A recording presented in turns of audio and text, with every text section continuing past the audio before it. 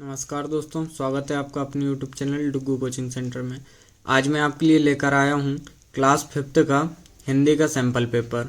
ठीक है, ये जो सैम्पल पेपर रहेगा ये सेकंड रहेगा और जो फर्स्ट सैम्पल पेपर है उसकी वीडियो पहले ही अपलोड कर चुके हैं, तो आप वो चैनल पर जाके देख लीजिएगा। ठीक है, शुरू करते हैं आज की क्लास। देखिए, प्रश्नों की संख्या कितनी है इसमें? कुल 14 वार्षिक मूल्यांकन अभ्यास प्रश्न पत्र है ये। और ये जो प्रश्न पत्र है ना, ये केवल अभ्यास के लिए ही है आपका। ठीक है, जिससे कि आपको समझ में आ जाएगा कि आपका जो पेपर आएगा वार्षिक परीक्षा में वो किस प्रकार से आएगा। ठीक है, ये जो सैंपल पेपर है ये राज्य शिक्षा केंद्र द्वारा जारी किया गया है। कक्षा 5वीं के लिए है, विषय हिंदी विशिष्ट। ठीक है, सैंपल 2 मतलब सैंपल पेपर ये सेकंड है। इसके बाद यहाँ पर रोल नंबर लिखना है। फिर यहाँ पे मुद्रित पृष्ठों की संख्या कितनी है? 4, मतलब टोटल प्रिंटेड पेज कितने हैं आपके? 4 हैं। उसके बाद समय कितना दिया है आपको? 2.5 घंटे का। और पूर्णांक कितना है? 70, मतलब मैक्सिमम मार्क्स आपके कितने हैं? 70 हैं। निर्देश, सभी प्रश्न हल करना अनिवार्य है। अब प्रश्न क्रमांक 1 देखते हैं। क्या है? सही विकल्प चुनकर लिखिए। पहला है इसका, पुष्प का पर्यायवाची है। आपको 4 ऑप्शन दिए, पंकज, सुमन, वृक्ष, पादप। इनमें से एक कोई सा राइट है, उस पर आपको टिक करना है। ठीक है, ये आपका 2 नंबर का है।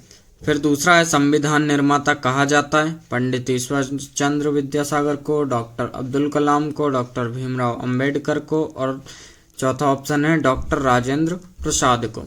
अब किसको कहा जाता है वो आप अपने अनुसार देख लीजिएगा। उसके बाद प्रश्न क्रमांक 3 है इसका, पातालकोट चारों ओर से घिरा है। पातालकोट जो है वो चारों ओर से किससे घिरा हुआ है?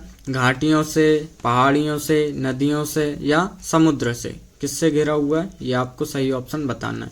उसके बाद अगला प्रश्न है, विद्या और धन प्राप्त हो सकता है बैठे रहने से, भाग्य से, आडंबर से, अध्ययन से। ये आप देख लीजिएगा कि किससे प्राप्त होता है। उसके बाद अगला प्रश्न है आपका प्रश्न क्रमांक 2।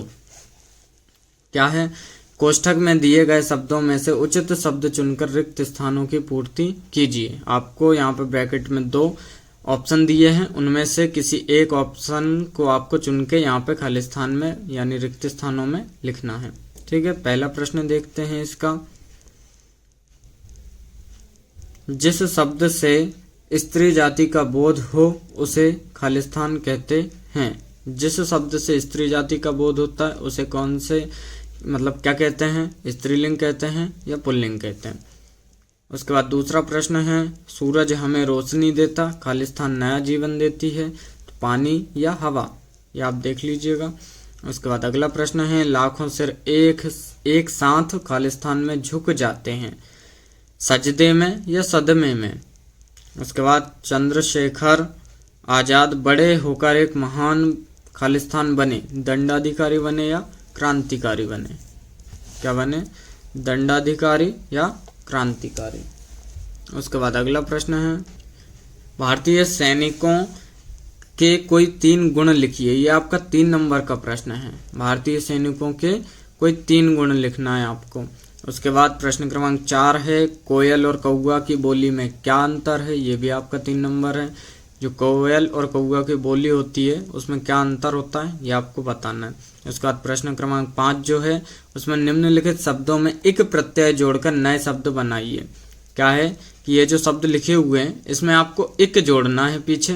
प्रत्यय का मतलब क्या होता है? जो पीछे जुड़ते हैं शब्दों के।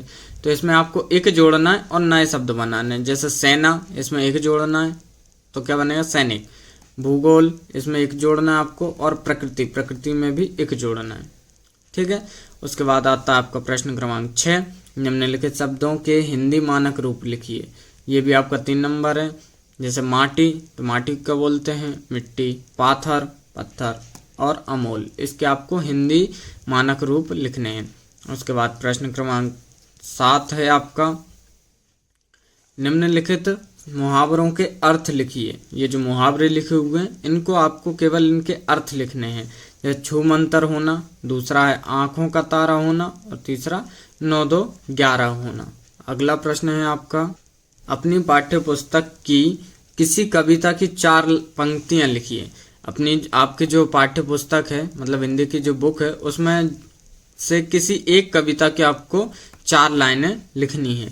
उसके बाद प्रश्न क्रमांक 9 आता है आपका, निम्नलिखित गद्यांश को पढ़कर नीचे दिए गए प्रश्नों के उत्तर लिखिए। आपको प्रश्न क्रमांक 9 में एक गद्यांश दिया है, उसमें आपको ये उसके नीचे प्रश्न दिए हुए हैं, ठीक है। इनको आपको पढ़ना है और गद्यांश में से इनके आंसर ढूंढ के लिखना है। उसके बाद आता है आपका प्रश्न क्रमांक 10, सूर्य नमस्कार करने से हमें क्या क्या लाभ होते हैं। यह है आपका 5 नंबर का। और इसी के अथवा में है जैविक खाद किस प्रकार उपयोगी है। इन दोनों में से आपको कोई एक करना है, या तो सूर्य नमस्कार वाला या फिर जैविक खाद वाला, ठीक है। उसके बाद प्रश्न क्रमांक 11 आता है, अपने कक्षा अध्यापक को घर पर आवश्यक कार्य होने के कारण 2 दिन के अवकाश का प्रार्थना पत्र लिखिए। ये आपका 5 नंबर का है। इसमें आपको अपने कक्षा अध्यापक को अवकाश के लिए प्रार्थना पत्र लिखना है। कारण क्या है कि आपके घर पे आवश्यक कार्य आ गया। उसके अथवा में है, अपने मित्र को उसके जन्मदिन की बधाई देने हेतु पत्र लिखिए। आपके मित्र का जन्मदिन है, आपको उसको बधाई देना है, उसके लिए आपको एक पत्र लिखना है। ये इन दोनों में से आपको कोई सा एक करना है। उसके बाद प्रश्न क्रमांक 12 है, उन्नत खेती उत्तम खेती अथवा रम्मो और कल्लो में से किसी एक कहानी का सारांश अपने शब्दों में लिखिए। क्या लिखना है? सारांश लिखना है। किसका? उन्नत खेती उत्तम खेती या फिर रम्मो और कल्लो, इन दोनों में से किसी एक में आपको सारांश लिखना है। उसके बाद प्रश्न क्रमांक 12 का अथवा है, क्या है? मध्य प्रदेश गीत अथवा मेरा नया बचपन कविता का भावार्थ अपने शब्दों में लिखिए। क्या लिखना है? कविता का भावार्थ लिखना है, या तो मध्य प्रदेश गीत का लिखना है या मेरा नया बचपन, दोनों में से किसी एक का। यहाँ पे भी आपको ऑप्शन है। उसके बाद प्रश्न क्रमांक 13 है, निम्नलिखित में से किसी एक विषय पर 10 पंक्तियां अपने शब्दों में लिखिए। इस पे क्या करना है? आपको 10 लाइन लिखनी है, ठीक है, किसी एक विषय पे। पहला क्या है? मेरा प्रिय त्योहार, दूसरा सफाई का महत्व, तीसरा है मेरा प्रिय नेता, और चौथा प्रदूषण फैलाव और बचाव, ठीक है। उसके बाद आता है आपका संस्कृत खंड। क्या आता है? संस्कृत खंड।